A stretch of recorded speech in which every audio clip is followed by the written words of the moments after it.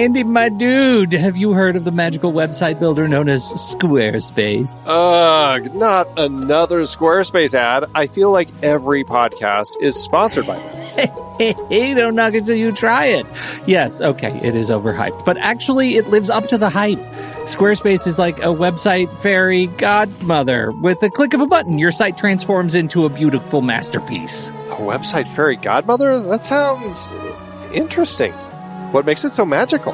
Well, for starters, those slick templates make anyone look like a professional web designer. Pick one, customize the colors and fonts to match your brand, and voila. Plus, the drag-and-drop fluid engine is so easy, your grandma could build a site on Squarespace. Well, she did knit me a lovely scarf last Christmas. Maybe website design is next. Exactly. And when you're ready to sell your Nana's handmade scarves online, Squarespace has built-in e-commerce. Add a store with one click. Get flexible payment options. Then watch those sales roll in. And when she wants to teach others her steezy scarf skills, Squarespace's new courses feature is just the ticket. Nana can set up her curriculum and enrollments and payments in a snap and become the next e-knitting influencer. Oh, wow, you really sold me with the grandma angle. Sign me up for that free trial. Just go to thenextreel.com/Squarespace and transform your site into a beautiful Squarespace masterpiece. Well, thanks, Pete. Even though it's overhyped, Squarespace actually sounds perfect for Nana's site's needs. Appreciate the warning on the ads, though. I'll brace myself next time I listen to a podcast. Anytime. Let me know if you need any help getting that site up and running.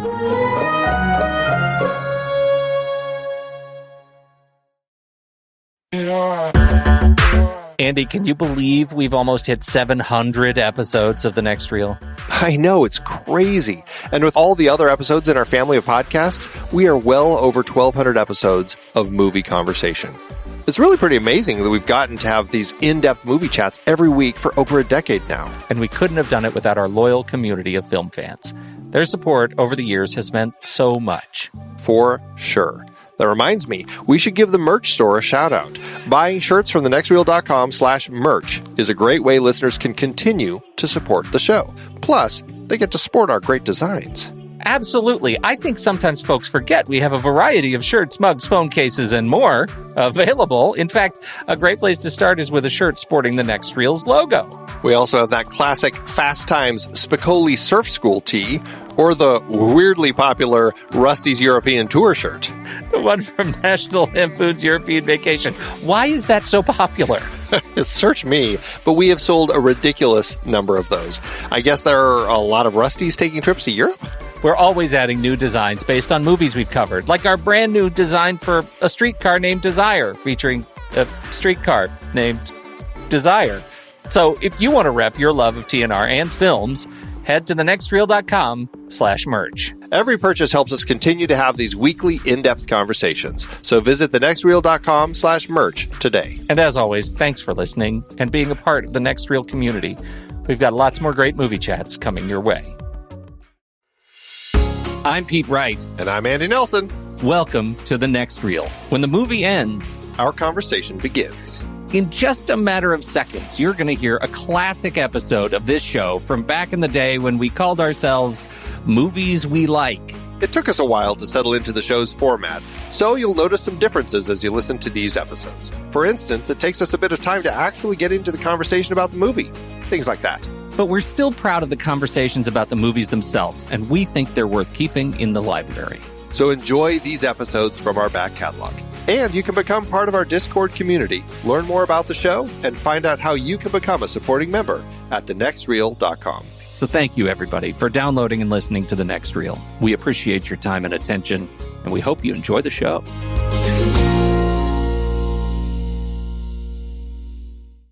Anybody ever told you should be a producer?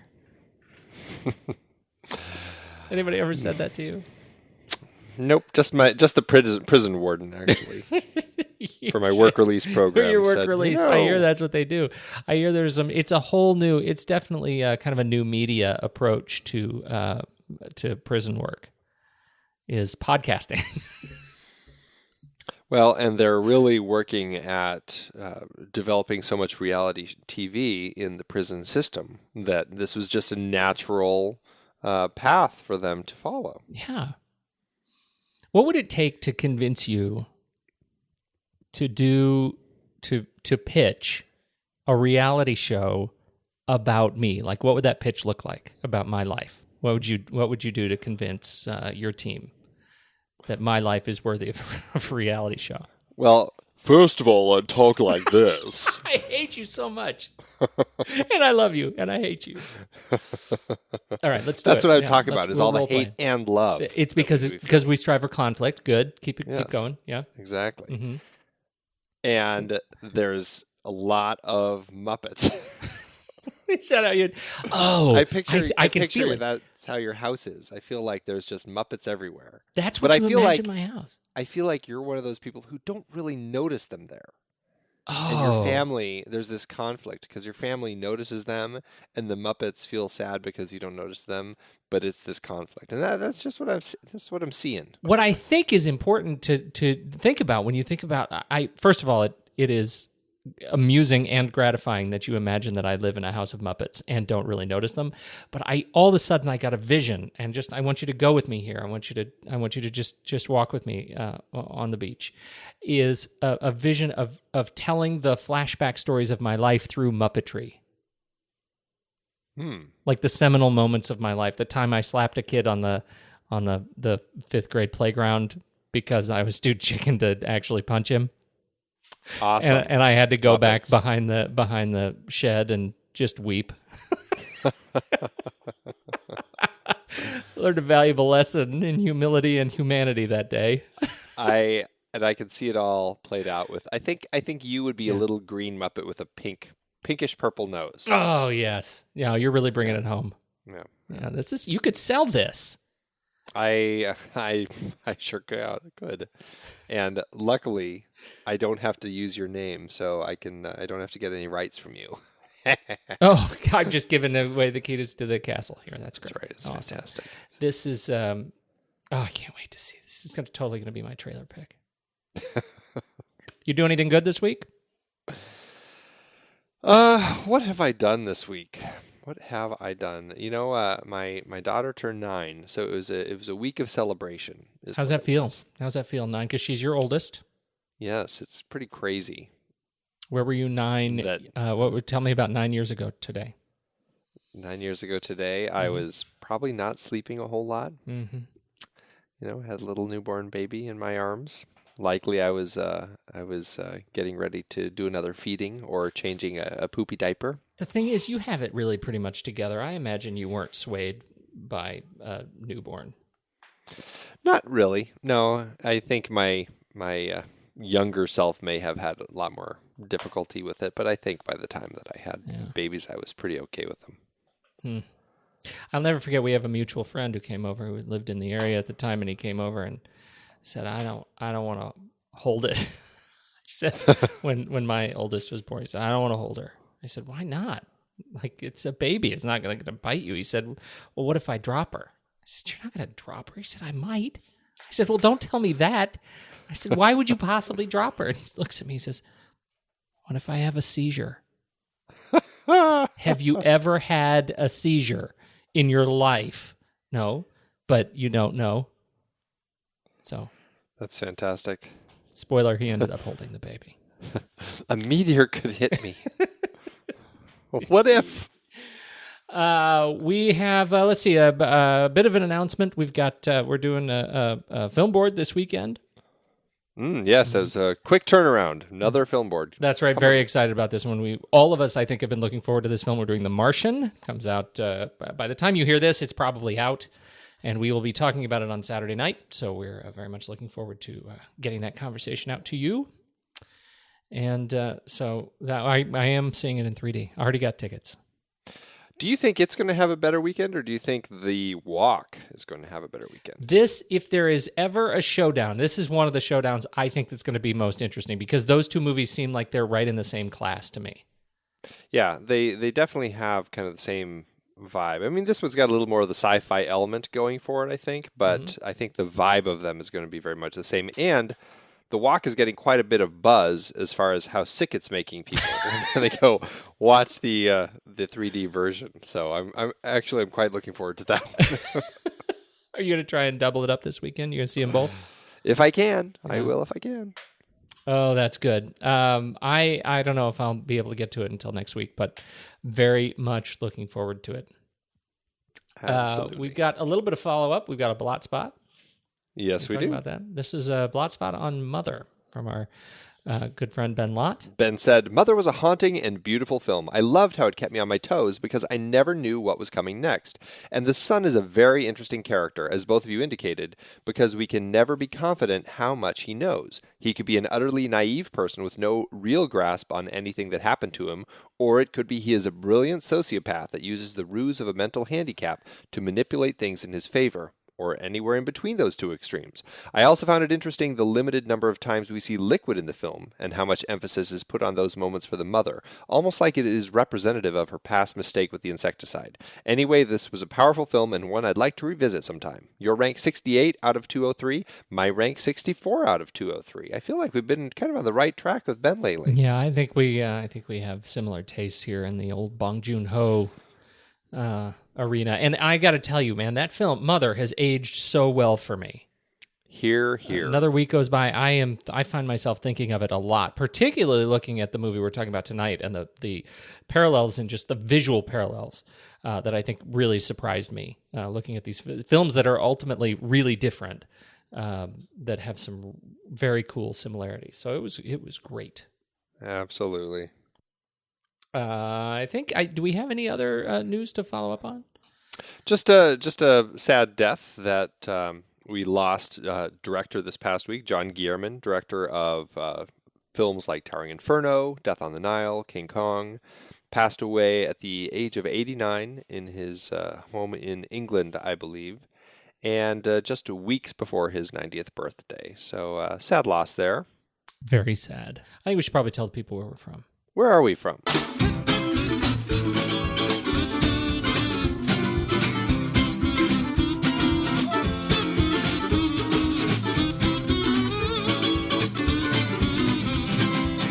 This is The Next Reel, everybody. I'm Pete Wright, and that there is Andy Nelson. Hello! And we spoil movies. Tonight in the show, the third and final film in our very short series on the works of Bong Joon-ho with his 2013 post-apocalyptic train thriller, Snowpiercer.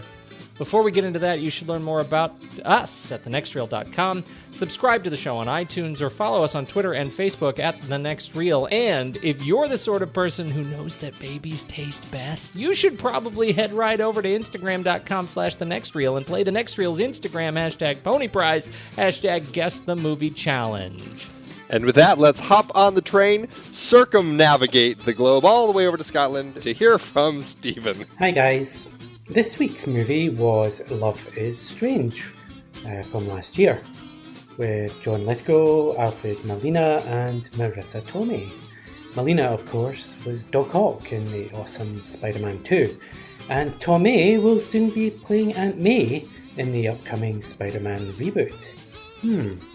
This week's winner was Nil 2, whose previous win was Tootsie a couple of weeks ago. So congratulations, Nil 2. You are entered once again into the Pony Prize hat. As always, a new challenge starts Friday. So thanks guys, and see you later.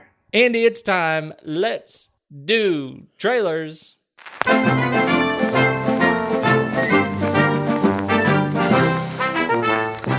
pretty excited about mine. It's a documentary that's, I think it may be out in limited release, or it's coming out soon in limited release.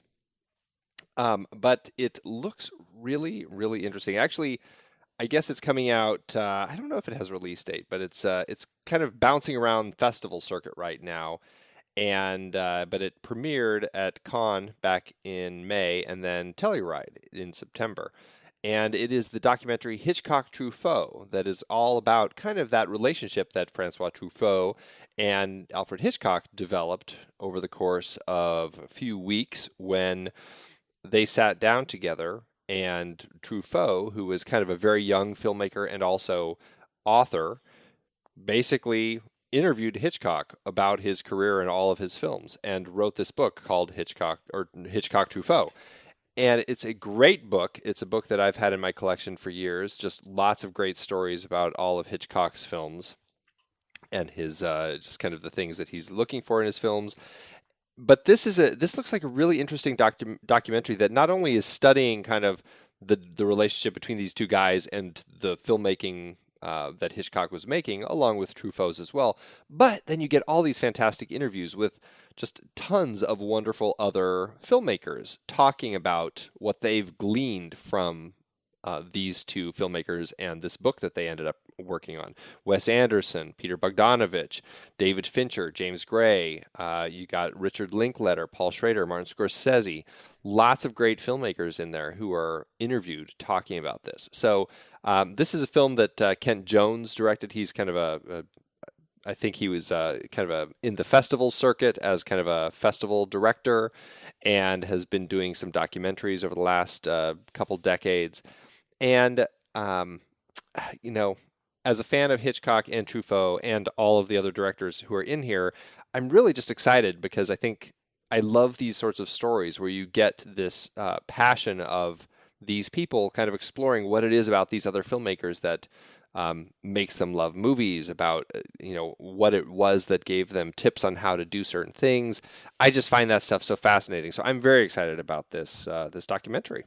Did you see A Letter to Elia? I did not. That was another of Kent Jones's. Kent Jones, Martin Scorsese, and I haven't seen all of it. It was one of those that I started with a friend, and something got in the way, and we weren't able to finish it. And so I would really like to see it because, you know, it's that same vibe. I think Hitchcock Truffaut looks fantastic. I mean, the moment they start talking in the trailer, I just feel like I am sucked in. I just, you know, hanging on the edge of, you know, the opinions of greats. And so I'm with you. I cannot wait to see this. When is it out? Is it already a digital thing? No, it's not. It's a very limited release. I've been looking for kind of the release dates for it, but I'm not finding anything other than the fact that it's right now it's just kind of bouncing around in film festivals. I think that it's going to be here in the U.S. coming up soon. It'll be at the Mill Valley Film Festival October 15th, the Tallgrass Film Festival on the 16th, Chicago International Film Festival October 24th. Here it is. Okay, it looks like it's going to open limited in New York City December 2nd. I don't know how far it's going to go beyond that, but it's one of those documentaries that I think hopefully will get kind of a nice slow release so that we'll all get a chance to see it. I agree. I can't wait. It looks really good. My trailer is, man, Vincent Cassel, huh? That face. What a face. My trailer is Partisan, 2015 drama and thriller. Alexander, a boy who has been raised in a sequestered commune, finds that his increasing unwillingness to fall in line puts him on a collision course with Gregory, the society's charismatic and domineering leader. It stars Vincent Cassel, Nigel Barber, Jeremy Chabriel, Florence Mazzara, Timothy Stiles, a whole bunch of folks I've never heard of, but very much looking forward to seeing them in this film. It looks like such an interesting cast, it's one of those films that takes that subversive relationship between adult and child, educator and pupil, and just turns it on its ear in what appears to be kind of a violent way. And I find the same emotional response to this that I get when I see... I was thinking about this today. It's ironic you would bring up Muppets earlier because I as I was watching this trailer, I thought this is why I love Avenue Q, the Broadway show about the Muppets that sing and swear a lot. When I see children, like images of children doing things that are uncharacteristically like adult, that I find myself attracted to that. It's weird, right? That means there's something wrong with me more than anything else, I think. And so I'm very much interested in this film. It is a story of, it looks to be a story of escape. It comes from director Ariel Kleinman. And I don't know much of Ariel Kleinman. This looks like his first feature. Has done a number of shorts. Sarah Singler also has been working with Ariel for a number of years.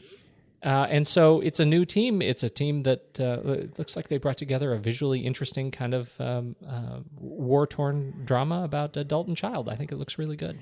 What do you think? It reminds me of Marcy May Marlene. Yeah. In the kind of cult leader sort of role.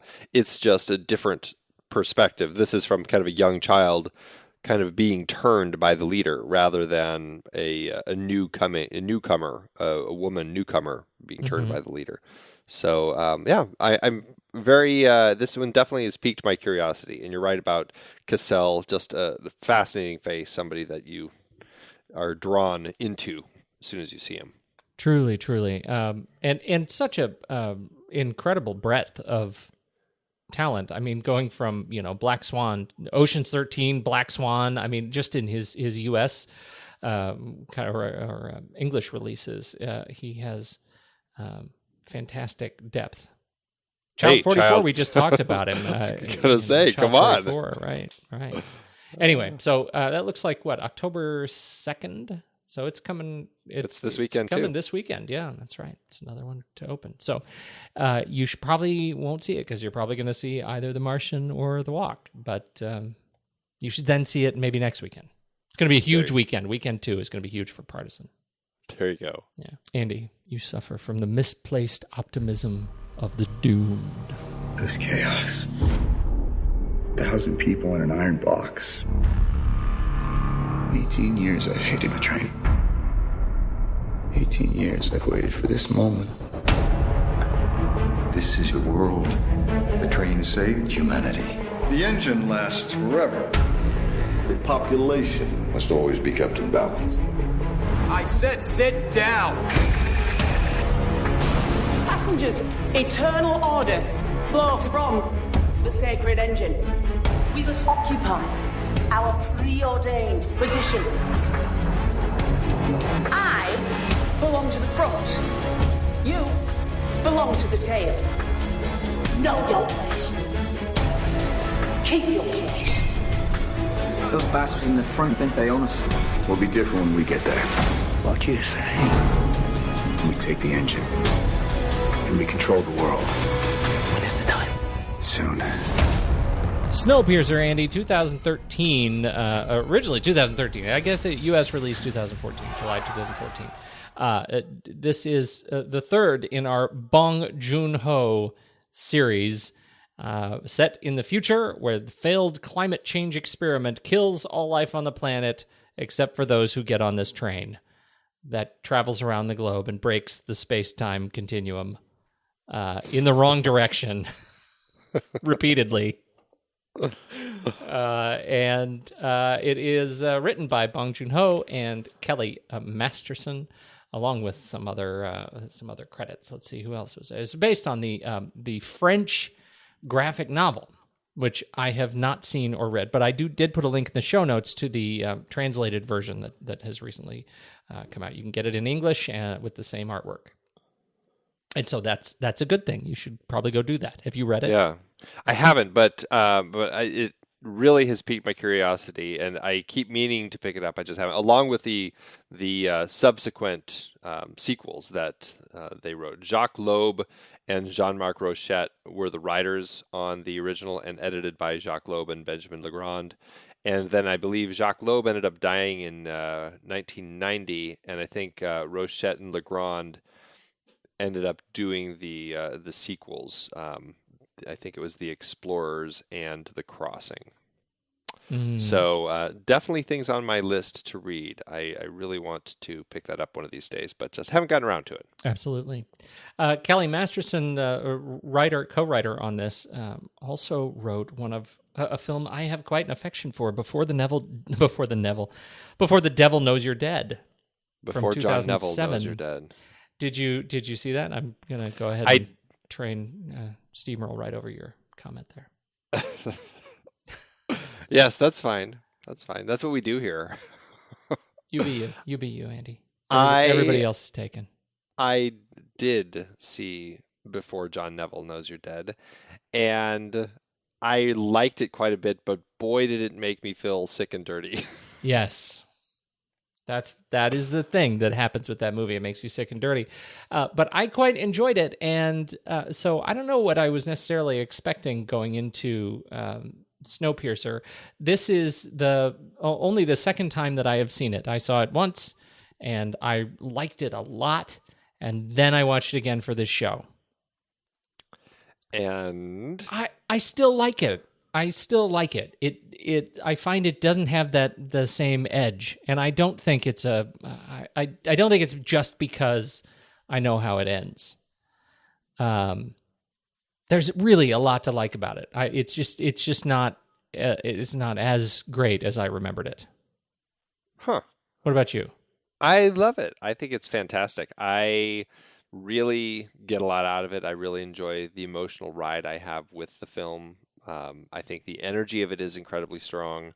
The performances are incredible. The look of it, the design, the costumes, just everything, the way that it's all put together, I think is just done really, really well. I think this is the second or maybe the third time that I've seen it, and I really get wrapped up in it, and I find it quite powerful. And I get to the end, and I think when I come out of it at the end, I feel like I've had an amazing journey with an amazing storyteller and an amazing filmmaker who has created a really fascinating, not too far in the future, sci-fi, post-apocalyptic story that works really well to tell this interesting story of what's actually happening on this train, but also giving a nice social commentary on the way our class structure exists and the way things work and what it would take to make changes within our structure. So I really like it. I get a lot out of this thing. Yeah, and all of those things I like. I mean, it is a high concept film, right? And it's no Matrix for me, right? When I compare kind of like let's look at let's play out what it looks like in the future when we look at the changing nature of power and politics and indoctrination and see how that plays out. I feel like it's in that same category as the Matrix, and it does wear its philosophy right on its sleeve. This straight line linearity in character, plot, motivation, the works. It moves forward from left to right, just about around every corner. I found myself conflicted in Chris Evans' role as the reluctant leader. He's super reluctant, and yet only in like word, because everything he does, all of his actions are all the actions of a leader who's not reluctant at all. It's a leader who is subversively trying to make change, and so I found that. That conflict was not very compelling to me. It was more confusing. But I don't see that, because I see him as a person who views himself as Mason, kind of that's Tilda Swinton's character, who's kind of the right hand of Wilford, Ed Harris's character, who's at the head of the train. Mm-hmm. I see him as kind of viewing himself as that right hand who's helping John Hurt's character, Gilliam, the leader of the tail section, do what they're trying to accomplish. And so I see him that way, and I don't think that he's ever seen himself as the leader. I think he's always seen himself as the guy who's trying to get done for Gilliam what Gilliam wants to get done.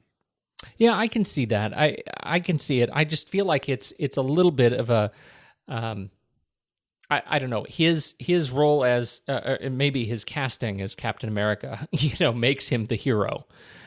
In my, I can't look at him and not see the leader. I can't. I certainly, but I see what you're saying. I can definitely see what you're saying. Yeah, and I see what you're saying with Chris Evans being cast as the lead here, but this is not a performance that I had ever seen from Chris Evans, and it's very easy for me to lose all of that Captain America, that exterior that he has kind of created in the cinematic body of work that he has done up until this point. I hadn't really seen this sort of film, but I thought he shedded it really quickly, and for me, I found the character of Curtis completely compelling as its own creation. I did not get stuck trying to negotiate my following of Curtis, or my belief of Curtis as this reluctant leader, just because of who is playing him. Yeah, and I should add, I think that Chris Evans demonstrates that he is an incredibly talented actor and performer in this film, and he's not just a pretty boy superhero. I think he does a terrific job delivering on the promise of Curtis. I absolutely agree with you. Anyway, let's talk about what you love about the film. Can we start with the structure of the train? Sure. I think that it's just a great concept of creating this class system of society, because I mean, essentially everyone else in the world is frozen, dead, gone. This is it. All that's left of mankind is on this train, and in order to survive, they have ended up creating their own caste system, basically within the train. Basically the tail section where we meet Curtis and Gilliam and Edgar and Tanya and Andrew and everybody else. They are the poor. It's almost like they are just the bottom feeders. And then you've got kind of the middle class in the middle, and then you have the upper class up toward the front. And I think it's a great structure. And stepping back for one quick second, because I think this is going to relate to all of the stuff that we're talking about, I really do agree with you that this film is wearing everything right out there on its sleeve. It's not that transparent, but it's creating this allegory that I think. I think that the joy that I get from it is then reading into it more about not just this, but looking at this as to how it relates to our society today. And I guess we can talk about that more a little later. But I did just want to say that all of this is pretty apparent when you watch this film. You've got the tail section, the poor people, the front of the train. Those are the upper class, and then the middle class, and it kind of goes down from there. And so you get this great journey as these guys are trying to take the train, because these guys are treated so poorly. They're treated like prisoners, basically. They don't have any windows, and that's a great thing that like when they get to a point in the prison cars and they kind of move into the middle class area where they actually have windows and they can see the outside world, and they keep moving up through the train, through the different food sections and the water section. And then they see middle class people getting their hair done and at the nail salon. And then they've got the school scene, which I think is a great one to talk about. And you've got the clubs and the bars. And then you get up to the engine. And again, we get to this point where all of a sudden there's no windows anymore. And it's like you've got this separation of the people at the bottom end of the train and the top end of the train don't have windows because they're in their own prisons. Their world are their prisons. And somebody compared it to the top of it to casinos, and how you just don't have windows because you want this world to kind of just go on, this party world to go on forever. I think that's a pretty apt comparison. But I think that the production design all the way through, and the costumes, like I said, everything just fits so nicely that it becomes this world that is so easy to accept, even if you take a step back and think, okay, might be hitting close to the line of absurdity.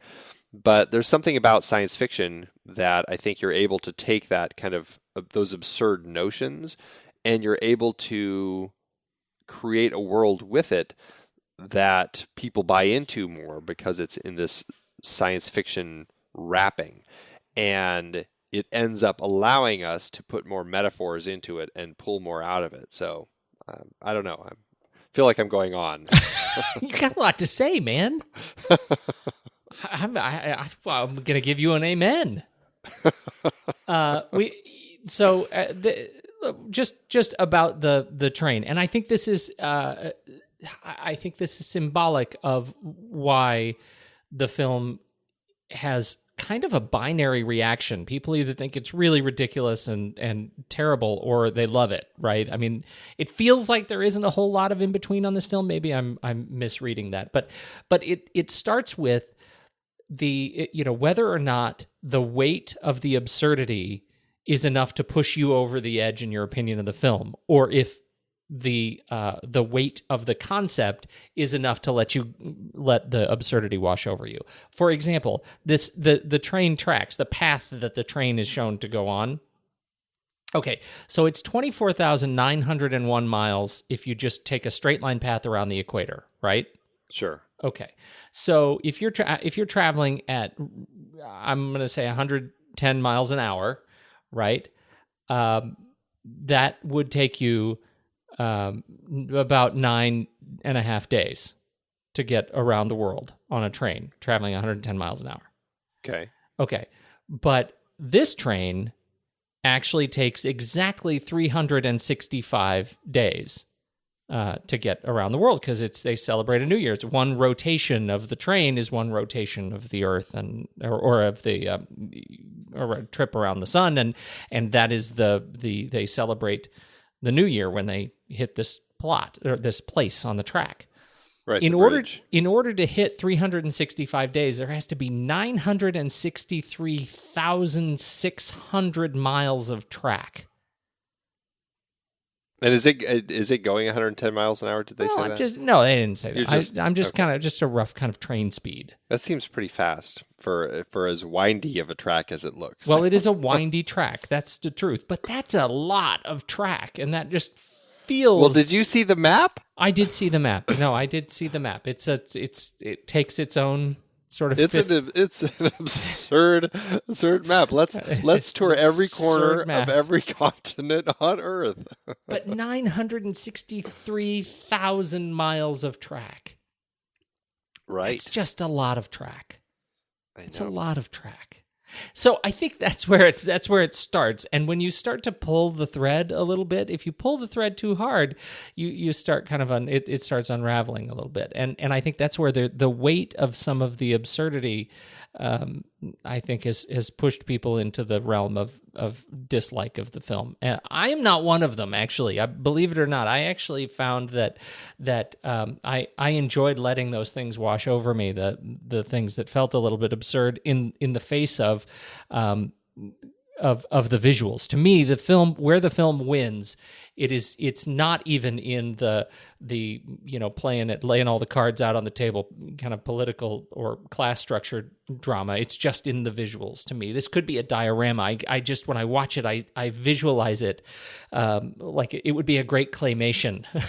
A really long claymation set, watching a little Chris Evans kind of stop motion his way up and fight, and then they call for the Olympic boy, and he brings the fiery torch up, and I just can sort of visualize it. I just love the way it is set. And the reason I love the way it is set is because it really demonstrates how visual choices in camera so dramatically impact what the characters can do rather than have to say. The choices that they make can be so beautifully determined by their actions, not their words, not their script. And I think that is just so great, because left or right makes all the difference. Left is back. Left is old. Left is pain. Left is hunger. Left is crime. Left is bad. Right is progress. Right is forward. If you look side to side is death.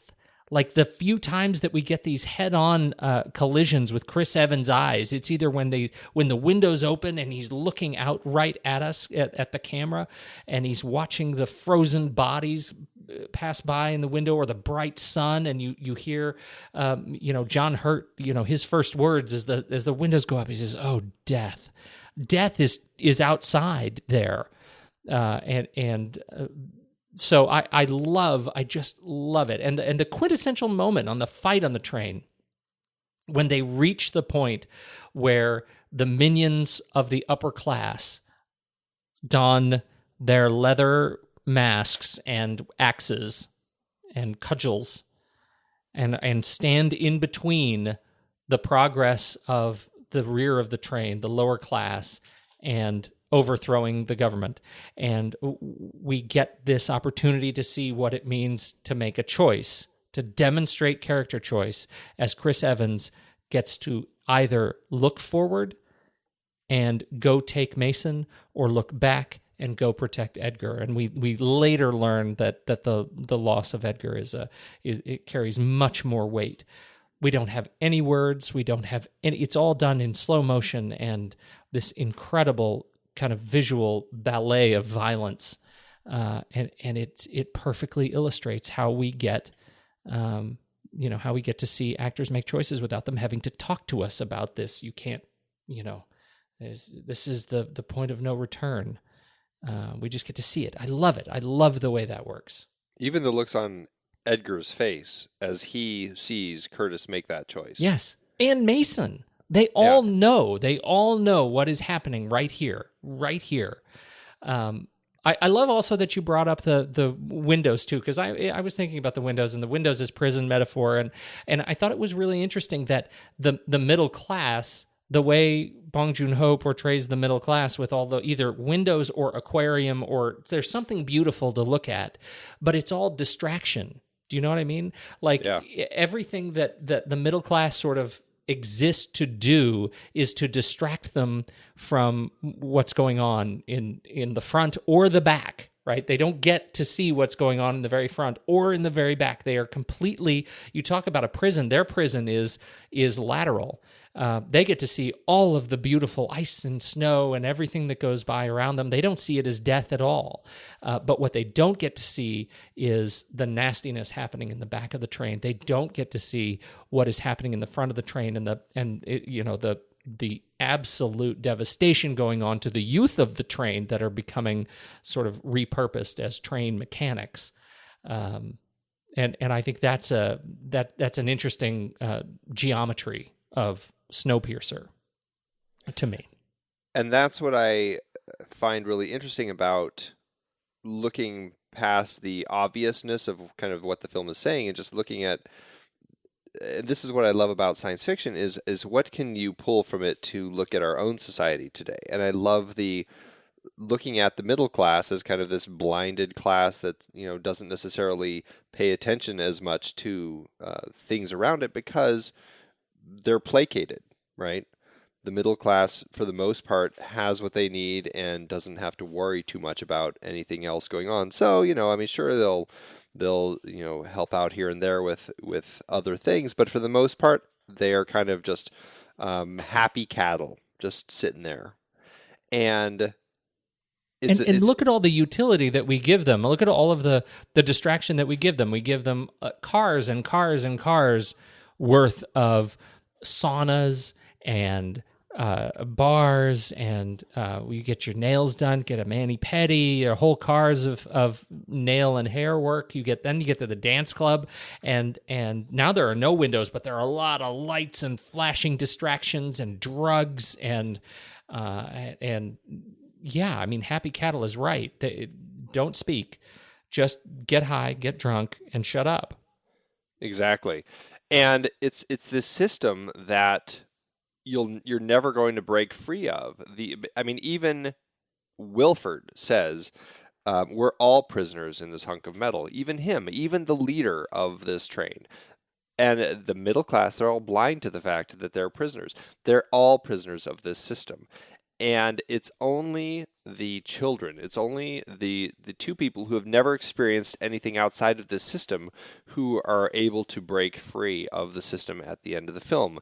When you get Yona along with Timmy as the two new, basically the new Adam and Eve stepping off of the crashed train, now ready to make a new world. And it's really kind of saying, like, that's the only way we'll ever break free of the system is by eliminating the system and starting fresh.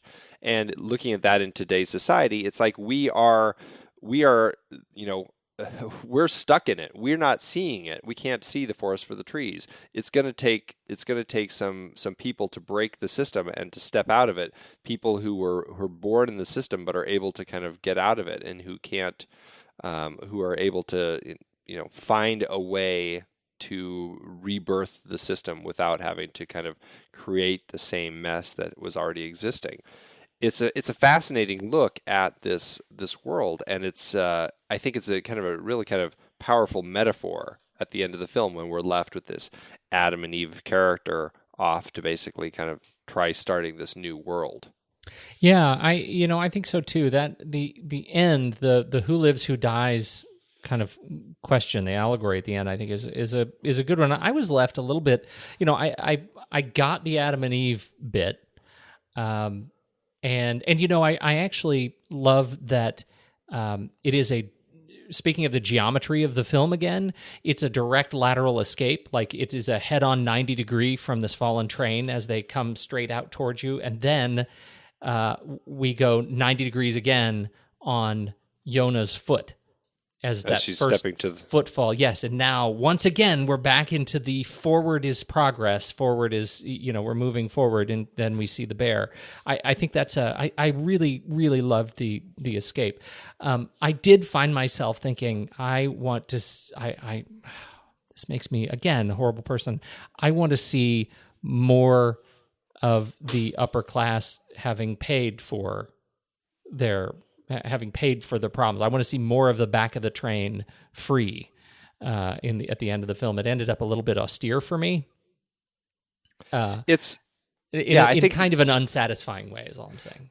I see. I can see that. It's I think what's happening here is it ends up being more of a metaphoric ending than perhaps a satisfactory ending in relation to the story itself. Where we want a triumph, where we want a visual triumph. We want to see all of those people get off the train, and now we're ready to start a world with all of these people who have survived from the tail end of the train. And heck, I mean, other people can survive too. It's not like everybody on the train is pure evil. And in my head, I like to imagine that a lot of people in other cars ended up surviving, and now we're going to have a big society here. I think that the end that he shows us is just a metaphor of, this is the rebirth, this is the new Adam and Eve ready to kind of start this all over again. But in my head, I feel like there is more. There's more what?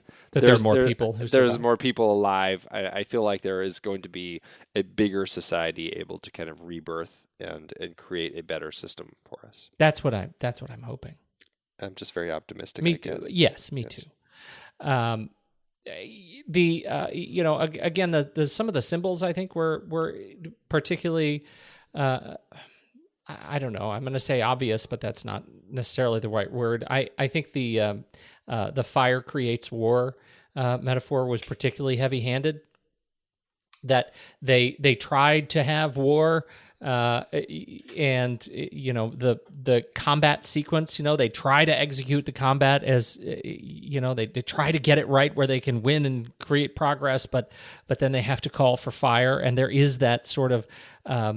The primordial sort of experience of the boy running down the train, and you feel like, okay, now we're going to introduce technology that we never had into this experience, and we're going to succeed as a result. It's going to be very painful, but we're going to adjust it. It's all going to happen in a flash. So I thought that was interesting in a sequence that is otherwise really gloriously, beautifully violent. And I think the fire adds another layer of texture visually that makes it very interesting. But it was a little bit heavy-handed for me too. I don't know. I guess I liked that because it was like stepping backward. I saw it not necessarily just like fire equals war, but just I love the idea of going so primitive, like they go backwards in time, and the way that they're able to actually fight is by stepping out of the technology into something that's so kind of almost this primordial beginning of things. But all they had were like sticks and knives. Hey, you know what I mean? Works, so fire was progress. Yeah. Yeah, but fire, I guess, against the technology of the night vision and everything. That's what I liked. Oh, I see what you're saying. Yeah. I can see that too. Well, let's talk about color, because color, I think, is beautifully used in the film throughout. I love how muted it is through the journey, but it brightens up as we go along. And then I like how after we pass the classroom, the color starts dropping again. But I love how the classroom is like the peak of color, and it's so bright and cheery and overly optimistic. It almost, it's like this sickening candy-coated classroom that I think works so well, especially with Alison Pill as the teacher. She is diabolical. She really is. She's just awful in this role. Awful. Awful because she's so awesome. Because she's so awesome. Diabolical. This is one of those things. I mean, this is the indoctrination. I think the beauty of the color and all of the senses get sort of engaged, and she starts singing that awful song.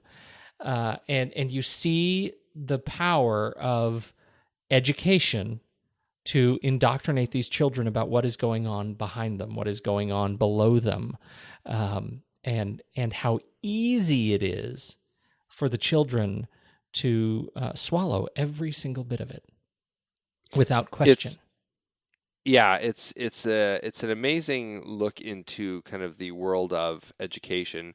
And I don't know if I haven't heard anything from Bong Joon-ho's kind of personal, like what he was aiming for in the script here, but I do find it interesting that it is such an American classroom.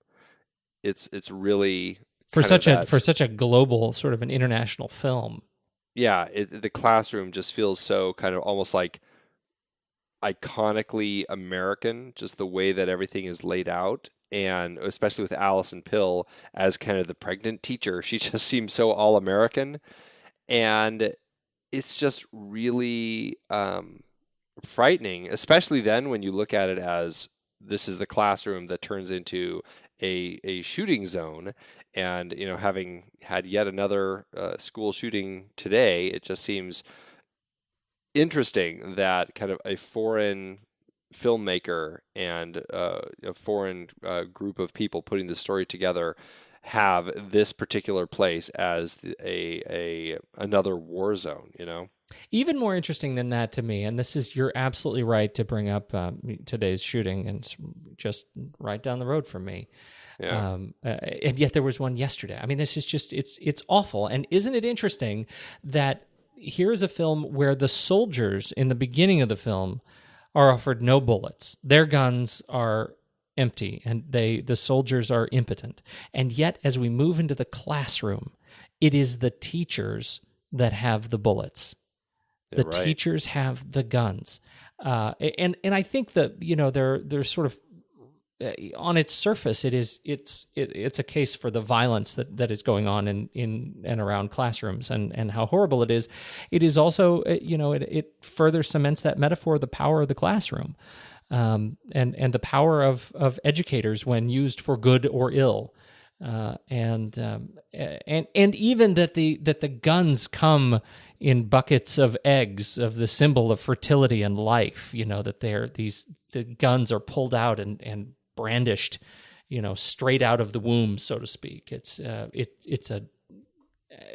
really troublesome sequence. And even more that, I mean, like I already mentioned, she is pregnant. She is fully representative of the life giver, of the mother here. And here she is the one who is the first to pull out the gun and wield it on everybody. Right. It's a rather horrifying testament right there. And it's sort of the pinnacle of their journey, right? I mean, because the film sort of coasts. Once you get through this class, the classroom car, the film sort of coasts all the way to the engine. There are a couple of action sequences, but there's nothing that is particularly metaphorically dramatic. And so this, to me, really represents kind of the ideological pinnacle of the film. It is also the sequence where Curtis assassinates the hand of the leader, right? He assassinates Mason and sort of finally comes to terms with taking his rightful place as leader of the insurrectionists. Yeah, right. After seeing Gilliam get executed, this is the moment where he, again, he looks to the back, but then ends up moving forward, moves to the right, and moves on to follow through with the mission that was set forth before him, but now fully taking on the mantle that Gilliam had said was his, but now he really is taking it on as his, of being the leader and making this journey to the front of the train to confront Wilfred and take over the train. What'd you think of Tilda? Since her role ends here. I always love her, and I think that she is just a very transformative actress who I love her philosophy. From what I've heard, her philosophy is every time she's done with a film, she says, that's my last film. And she says, I'm only going to do another one if it's going to be fun and if I can find a way to make it fun. And then she basically uses that as an opportunity to make sure that she really looks at projects to find something that's going to really push her, that's going to give her an opportunity to work with really great people, to work at an incredible story. And I love that about her and how she's willing to kind of forego a lot of the easy opportunities to find things that are much more unique. And this is one where she ended up talking to director Bong, as everybody called him, about this film, but there really wasn't a role for her that she saw. And she and Bong started talking about the role of Mason. And I guess Bong had already been talking to John C. Reilly about possibly playing Mason, which would have been interesting, but they came up with this idea that let's take this male character as it's written in the script and play it as Tilda. And they created this crazy character that almost seems like a comic caricature that you should just laugh at. And she certainly is funny, and she certainly has some great lines, but she becomes such a real being. A physical transformation happens that you see this kind of absurd character, but it becomes 100% believable that this is who Mason is. And I just love that. I do too. She is such a highlight in this film for me. It's when we first are introduced to her, you're almost left with saying, okay, it's a caricature piece. But the complexity that she brings, I think, to the role, as soon as you discover that not only is she's diabolical, but only when she's armed. And when she's armed with those around her who have physical power that she can wield as her armament. As soon as she doesn't have that, and you realize she is really so weak. She's a turncoat. She has no spine. And to watch her kind of bounce back and forth between, her role as a thug and her role as a politician. And I mean that in the most condescending fashion, is, I think, really a testament to her ability as an actress to pull off such a wackadoodle physical character in a way that actually makes me think of her as of Mason as a character with depth. This is the sort of performance that I watch this and I go, if Meryl Streep had played that, there would have been an Oscar nomination involved. Yeah. I mean, this performance here is just so good that I feel like they kind of missed the boat as far as noticing her. What do you think about the moment where she takes her teeth out? Oh, I love it. But why do you think she does it? Because go ahead. Well, it's like right when she kind of convinces Curtis to take her along and not kill her, because she wants to live, and she takes her teeth out almost to like I don't know if it's to show that she's lost something too, that she's kind of, she is weak. She has her weaknesses, and but she's one of them. Go along. Yeah, she's one of them. That's her sales pitch. She's look at me. I don't see. I've lost all of my teeth. I am one of you. I should absolutely come with you. I can help your case. That is her. That is the ultimate kind of transgression, political transgression against her, the leadership that she purports to serve, which is, I am now going to sort of defile my own integrity, right? By going naked, so to speak, in order to win some sort of fealty with whoever is in power. Yeah, I thought it was great, and it's so short. It's such a little tiny moment that I think speaks really volumes. She is a absolute highlight of the film to me. I love watching her, and that's why it's a little bit of a disappointment as soon as the sequence is over. She's assassinated. He takes on the mantle of leader, and then we move on. Then it's just some thuggery all the way to the engine. Yeah, it does change the tone because there had been a lot more opportunity for that back and forth up to this point. But then I mean it does move pretty quick to the end of Act 2 when they get to the main engine and they can't get through that door. I mean it does. I think it does go pretty quickly though. Yeah, it does. It moves pretty quickly. They don't introduce any real new ideas for me that I was really able to latch onto until we get to the end, and we have we do have the quiet monologue, Chris Evans' quiet monologue.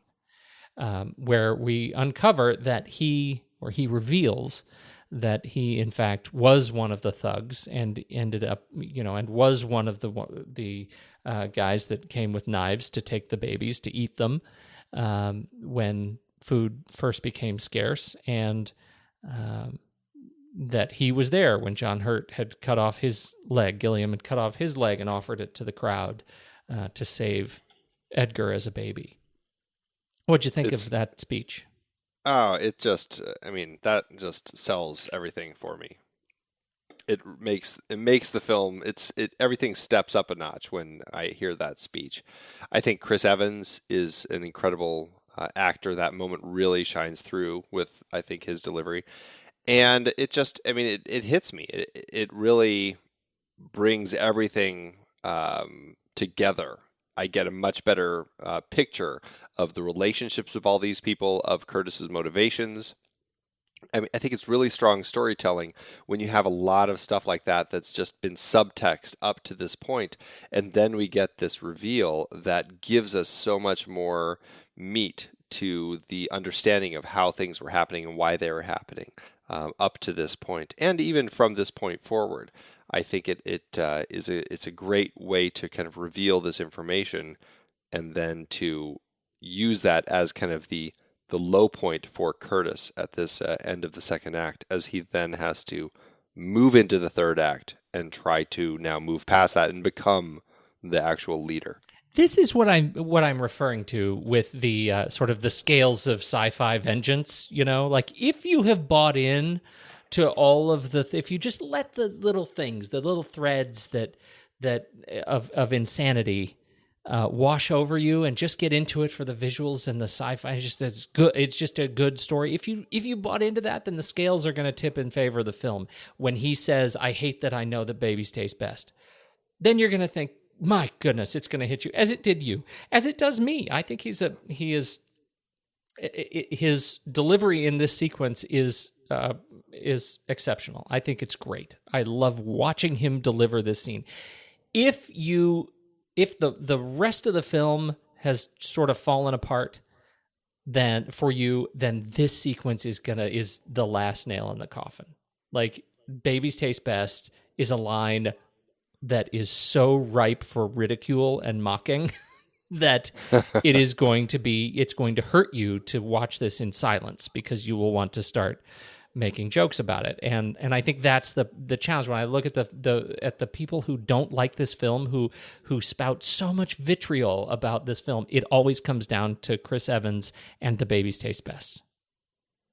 That's so interesting. And I guess I just have not ever put any of the that feedback in front of me, so I didn't even realize there was that much vitriol about that particular scene.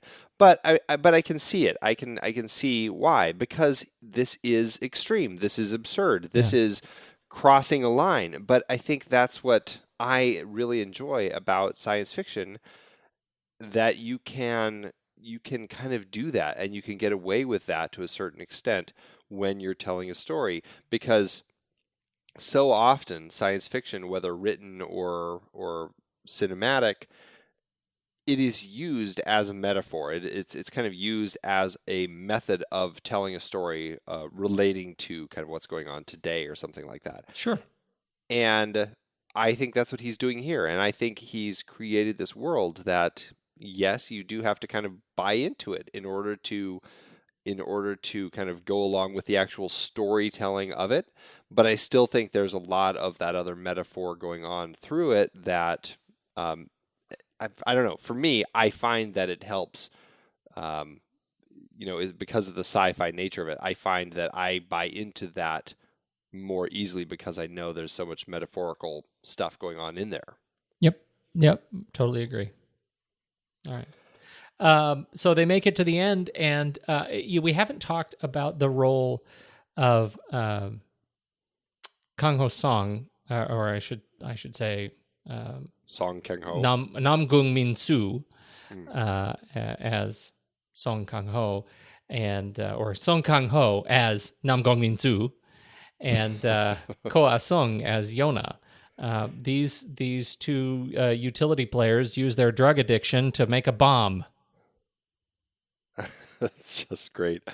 It's great seeing them back together as father and daughter after the host. Yeah. I think they work well together. They both have such great faces. It's great to watch them here. And I love that it's Namgung who is kind of figured out. He really is the one who's actually noticed. He seems to be the one who has his eyes open, not just to the situation that they're in, but to things going on around him and around the train. Now, how in God's name he actually caught that airplane down at the bottom of the Yekaterina Bridge, like that crashed plane? Yeah. Like, I mean, I know he's had like 18 circles around the globe, but I mean, he's got it like the very first time he caught that. It's like, how did he, one, notice it?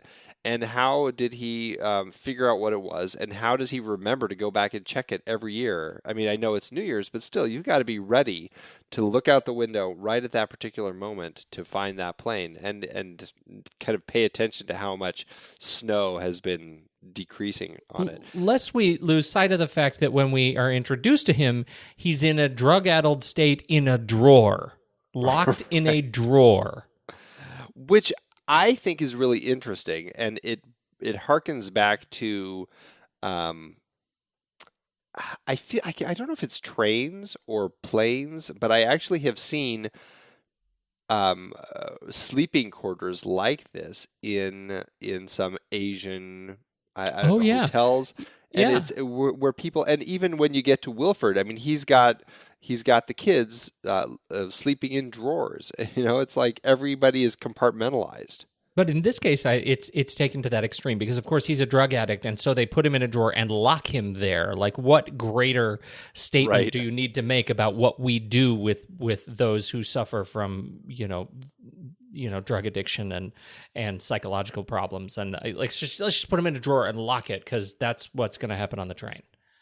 So I thought that was another for him. Yeah, right. We're not gonna actually help him. We're just gonna put him away, so we don't have to look at him. And the outside of the drawer is really shiny and nice, so that's much better than actually seeing what's inside it. Absolutely. Song Kang Ho is. I found myself so much more interested in him in this film than I did in The Host. Yes, I agree. He's so annoying in The Host, but here he's just great. He's really good, really, really good. And we don't see. We don't see Ko Ah Sung all that much in The Host. I mean, we do, but certainly not as much as we see her here. She's much more mature here, and I love her kind of devil on the shoulder kind of personality. Yeah, and she is an interesting one. I mean, I brought her up earlier as kind of the Eve of that Adam and Eve pairing that walks off the train. But there's something about her here, I think, that gives a nice presence, this peaceful young girl who has this brain addled by drugs. And I love how every time they come up to the doors, she's always chronal, like she's always the one collecting the drugs for her father.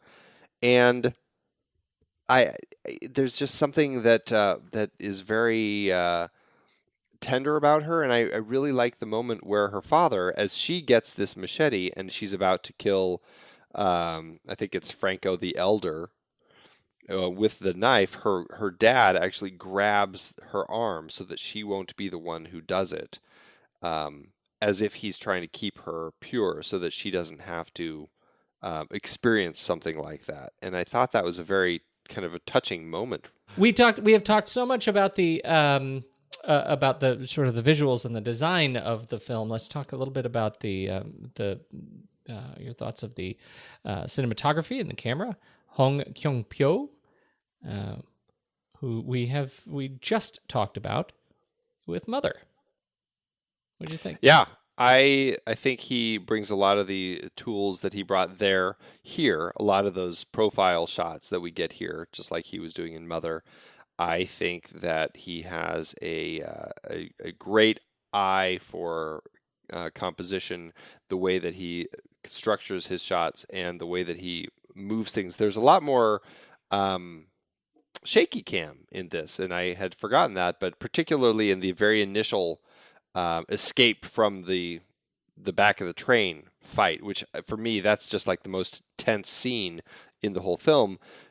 There's a lot of shaky cam going on in there, and I think it works really well in context for what they're doing, especially considering that this is a set, for Pete's sake, that they built on just gimbals so that the whole thing could constantly be shifting and moving as if it's a train. And it even has they can even make it turn so it looks like the whole thing is actually going around corners and stuff. I mean, it's quite a feat as far as sets go. And then you put a fight in there with shaky cam. I think that Kyung-pyo does just a fantastic job with the work that he does here. I do too, and I didn't find the shaky cam. I mean, I noted it, but I didn't find it distracting. I didn't find it the kind of thing where I felt like I ever lost track of the action in a way that made it that felt like they didn't intend me to. Right. The sequence where they go through the tunnel and they're in the middle of a giant melee.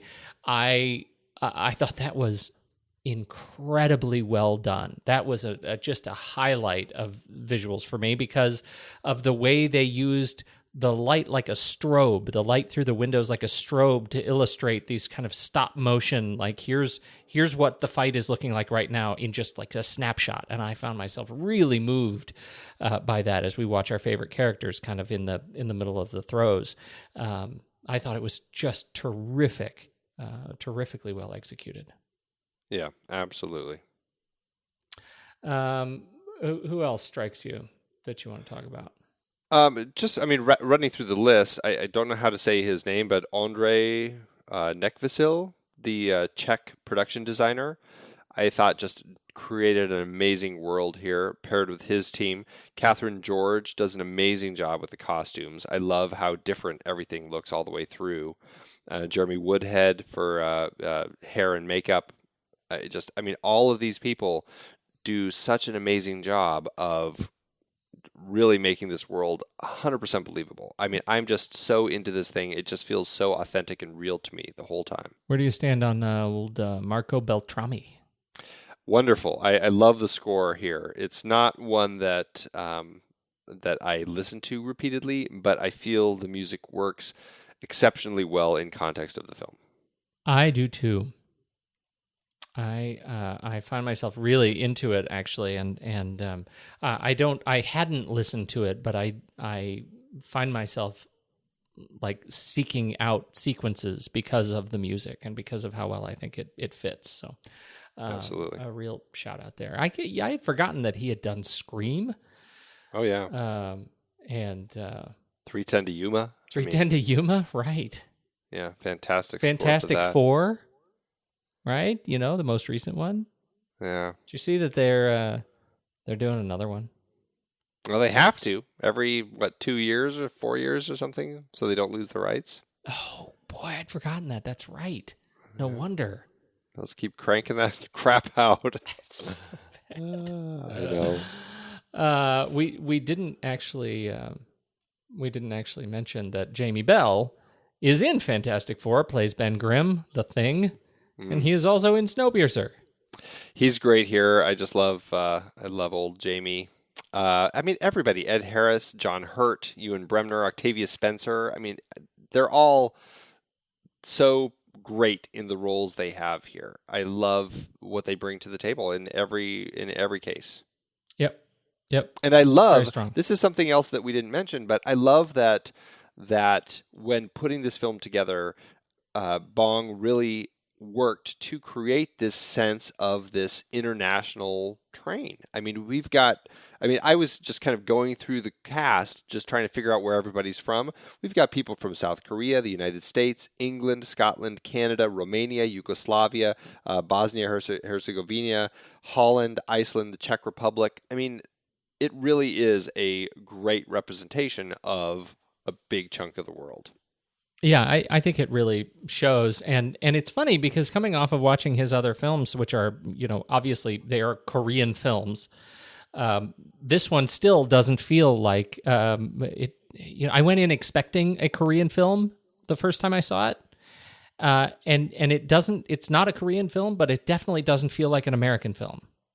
Right. It maintains some interesting sort of Asian sensibilities to me, but it feels so global that it's sort of nice. It really is nice to not feel like it's dominated by just straight up weird American tropes. Well, I think that is an interesting lead into the release of this film and the fact that here in the United States, when the Weinstein Company they bought the rights to distribute it, they, good old Harvey Weinstein, told Bong Joon-ho, I want to cut 20 minutes of this and I want to add an open and closing monologue to help explain the film for an American audience. Luckily, Bong said, no, I'm not going to do that. And it took a while for something to get figured out. I think initially they released it at only 8 theaters or something like that, because they finally agreed to release the actual director's cut that Bong had put together. And it took a while, but then it slowly, between Weinstein Company and Radius, they kind of created a new release pattern for this film and kind of for films to come, of doing kind of a limited release in theaters paired with a digital distribution at basically the same time. And it kind of became something that started a trend. And I think that it's great that this is a kind of a film that kind of marks that change in the economics of film and how cinema can be released. And a film that just gets a digital release or a release on digital at the same time it gets theatrical, it doesn't mean it's a bad film. It's just a new distribution model. I remember having that exact thought when I rented this one. No, I must have bought it on iTunes the weekend it was released, because I think we talked about it on the show. I think we did. I think we did it as a trailer. And so I got it the weekend it was released, and I remember thinking, wow, I think I expected it to be dumb. Because it was that simultaneity of release, and I thought this is going to be ridiculous. It's going to be it's going to be another thing. It's probably like Rush. But in fact, I really enjoyed it. And it was so convenient. And I actually was one of the people who went and saw it in the theater. After its limited theatrical release, it was doing so well, and it was getting so much buzz from all the critics and people who loved it that they expanded its release to many more screens. I think it played over 150 theaters. And I went and saw it on the big screen, and it looked fantastic there. I probably should have. I probably should. I've got an okay TV, but man, I probably should have. Yeah, what are you going to do? What are you going to do? Anything else before we get to the good stuff? No, I guess I'll just talk numbers for this one since Let's do we're it. kind of there. Yeah. This did get its U.S. release in 2014, and it cost about $40 million to make this movie. Like I said, it had kind of that split release. I don't have figures. This is really just theatrical. I don't have any figures on that digital release. Although something to note as far as digital releases go is typically the return on each purchase is much greater when it comes to the digital release. Like I think it's closer to 75% goes back to the company, whereas in theatrical, I think it's closer to 50-50. And so they get a lot less money for the theatrical. But this ended up making domestically about $4.5 million, so not a ton. But internationally, largely due to Korea and Bong Joon-ho's passionate fans in Korea, it made about $82 million internationally. So all told, this film did a good job, made its money back, ended up making about $370,000 per finished minute. Nice. Yeah. I wish more people had seen it here. I do too. I do Too too. bad. All right. Well, I think we should probably rank it. Let's do it. Head over to flickchart.com/thenextreel and sign up for an account, and then you just go through our list at the flickchart.com/thenextreel, and you start ranking them. And then you'll be caught up so that when you get to Snowpiercer, you can decide, was I swayed by the scales of sci-fi justice one way or another? Let's see. All right, here we go. First up, Snowpiercer or Kind Hearts and Coronets? Snowpiercer all the way for me. Really? Oh, yeah. All right. This for me, if it was just me, this would probably be in my top 10. Okay. All right. So I'll go with you on this one. Okay. Snowpiercer or Sleepless in Seattle? No, Snowpiercer. I'll say Snowpiercer. Snowpiercer or Kramer versus Kramer? Snowpiercer. Snowpiercer. Snowpiercer or Butch Cassidy and the Sundance Kid? Butch Cassidy and the Sundance Kid. Snowpiercer. Are you ready? I am ready. I am ready.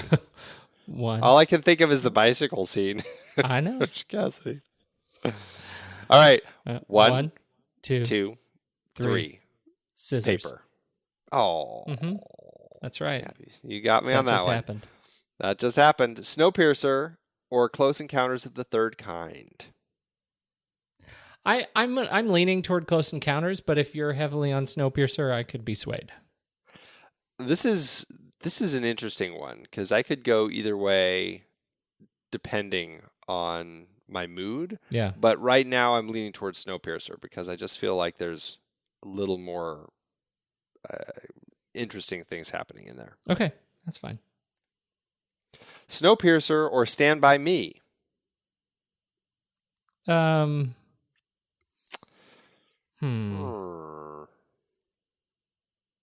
Stand By Me. We like that film. We did like that film. It's number 15 on our list. Yeah. Maybe it's the recency, but I feel like Snowpiercer. Wow. I know. Snowpiercer. Jeez. Okay, I'll give it to you. I may live to regret this. You got Butch Cassidy already. I did. Now here's one that we'll see. Snowpiercer or Brazil?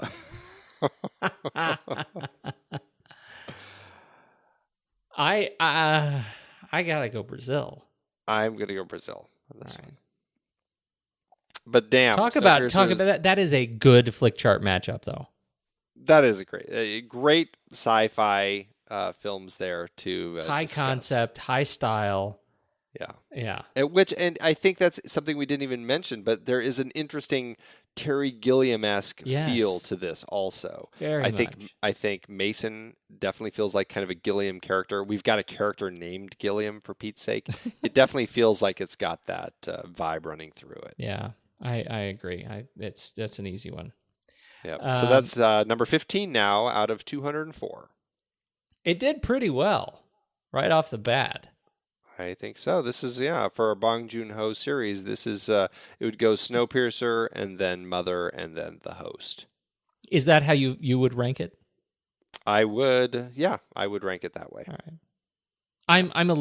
I agree. I think if I'm just saying, we'll have to see next week once I get another week under my belt. But Mother is just really stuck with me.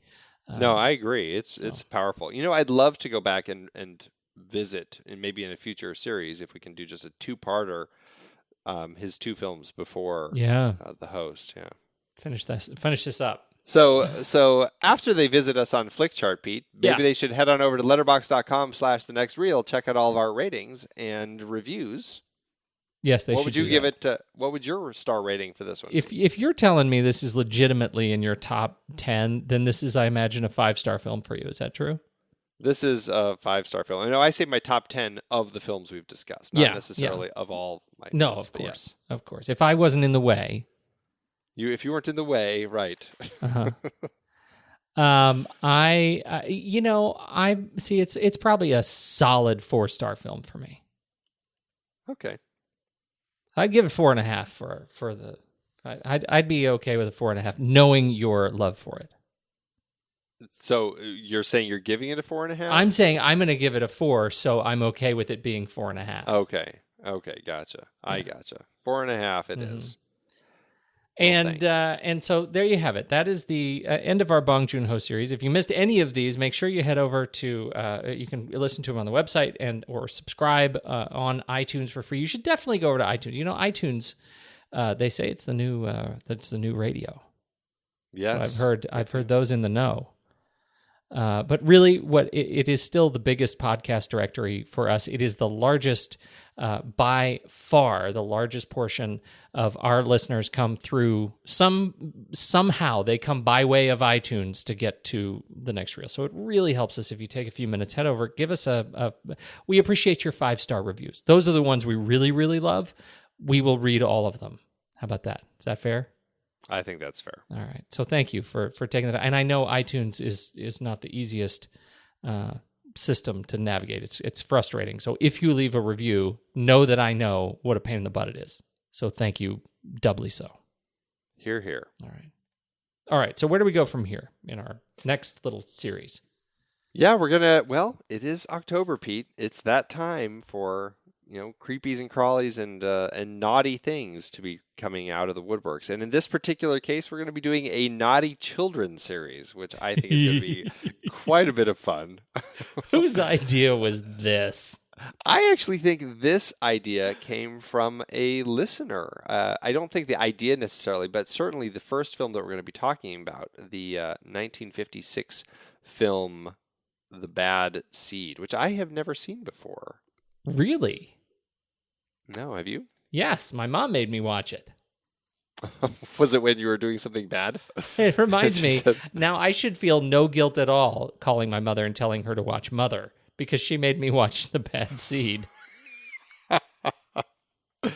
That's so fitting. That's hilarious. Yeah, it's not it's not great. So this is yes. It's I've seen it. It's super. Well, it's dark and that Patty McCormick. Talk about to get an Oscar nod for being a young child actor who is exceptionally good at being murderous. That's a big deal. Wow, I'm looking more and more forward to this. That's fantastic. Yeah, it was Brenda Tackett who posted on Facebook. This was a while ago, said that we should talk about The Bad Seed. So finally getting around to it, Brenda. But yeah, this is going to be a fun series with The Bad Seed, the original Village of the Damned, The Innocents, and then those are all 50s and 60s films, and then jump all the way up to the 80s, and we're going to end it with Stephen King's Children of the Corn. Oh, I've never thought about blenders the same way since. This is a fun October series. I'm looking forward to this. So bad. Well, if you want to keep up with us, you can do it a number of different ways. This film is Available. You can get the DVD from Netflix. It's not available to stream on Netflix or Hulu Plus. It is available to stream if you want to rent it on Amazon Prime or by way of iTunes. You can get The Bad Seed. So there you go. Fantastic. You can find another way to get it through mischief and madness. That's nefarious. I think that's it. I think with that, I need to go to bed. All right. I got to go pack the kids' lunch with some protein bars.